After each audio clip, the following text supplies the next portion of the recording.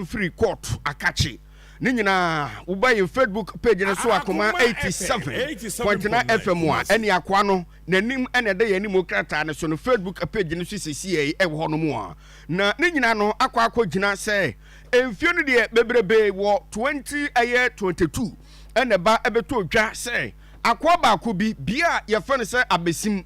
wone de ne nan ka nya de anensan so ka bone kwa na kwa egusu a 1 minute bia na wodi bone e wo ho no mu na bone akwa we otimi de ye no na ye fa ne se eye Richard eye appear sabra no de no msi mfinhia ba be se donu nwotwe 28 years ena na Richard wono so watimi anya e wo saa 22 ni mu na ye ka Abesim e wo bono Richard ho no mu na ade a mpanifo egba 90 mi so ne panchi e wo 2021 mu e wo na akwa na hyase a na wodi bone be na akwa we wodi a wonom se enkwada mienu ba ko nya mfinhia ye dumienu ana ba ko so nya mfinhia no ba ko be se ye edunom 12 years ana fei ye 15 years ana akwa we wotima chi wo mo na wachi wo mo no wakum wo mo pamcho so didi a fa cha me pa de wonya mfinhia ye dumienu no ye fere Louis eye ageman ana do no so nya mfinhia dunum no ono se fo ne Steven Sapon na sankofo we mienu no ana akwa no ebo 9 do wo mo akrokro wo mo ani ade a wokum mo wiye no wanfa nko ba bia sebi wanfa omuni de fense bia omhuna makwa ne bi ankwa nkoji sika kokko ana sebi wanfa nkwa nkoji fense bia sika duro do ye ne se otwitwa nkwada ne nam ene watim de ahye eye fridge mu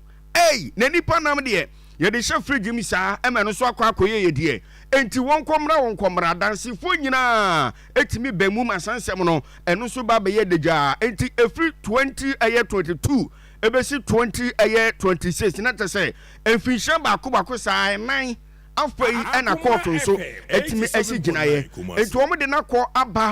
ko aba ni ade a afei ene ne dua yi high court ya onom ewo enkran mantem honom wo ye mpanifo mo tena asem no so omo ye ba ye nson nipa nson ne tena asem no so ena eba beto odwa se Justice Ruby eye ayite wono na otimi etina gwemu a na omusugusu omudi sa asem no a etom so ma ehwehwemu awie ehwemu no nyina no omo ye wie no ne kyesa asem no etimi abo abrante kwa ne din ene de fense Richard appear ya sabre no onye mfinhia ba be se eye aduonu enwotwe 28 years no se amamra no ema kwan se obetimi abo anan se obetimi adu obi ewu wudi na wuwie no wase twetwe nipa no asa de akwakohye de fense bia fridge mu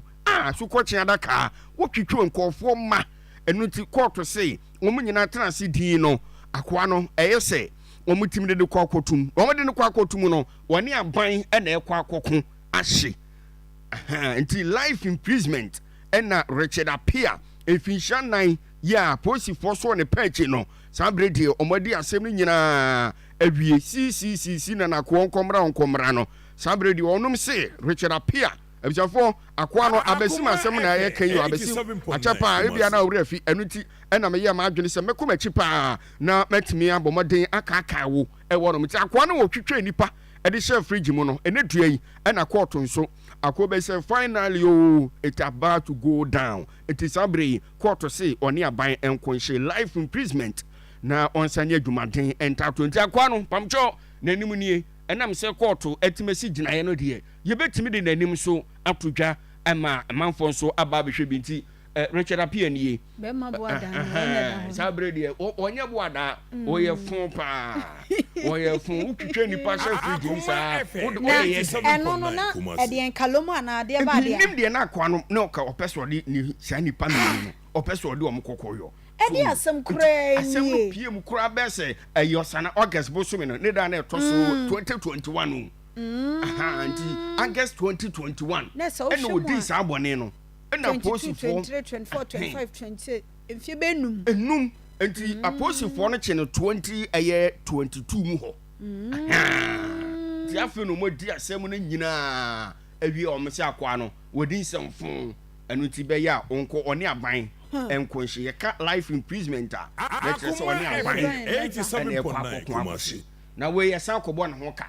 ose we yesa koba ko we ho ka e wo prison no de wodemu aso obedi ade so obedi na meka se osambo ye nyina ye ka se mi botom sika taxpayers money etua ye ka se do mu si tie ne se kutu se ba enu abia na ye de kwa kwhwa akwa we prison o tade ntina ka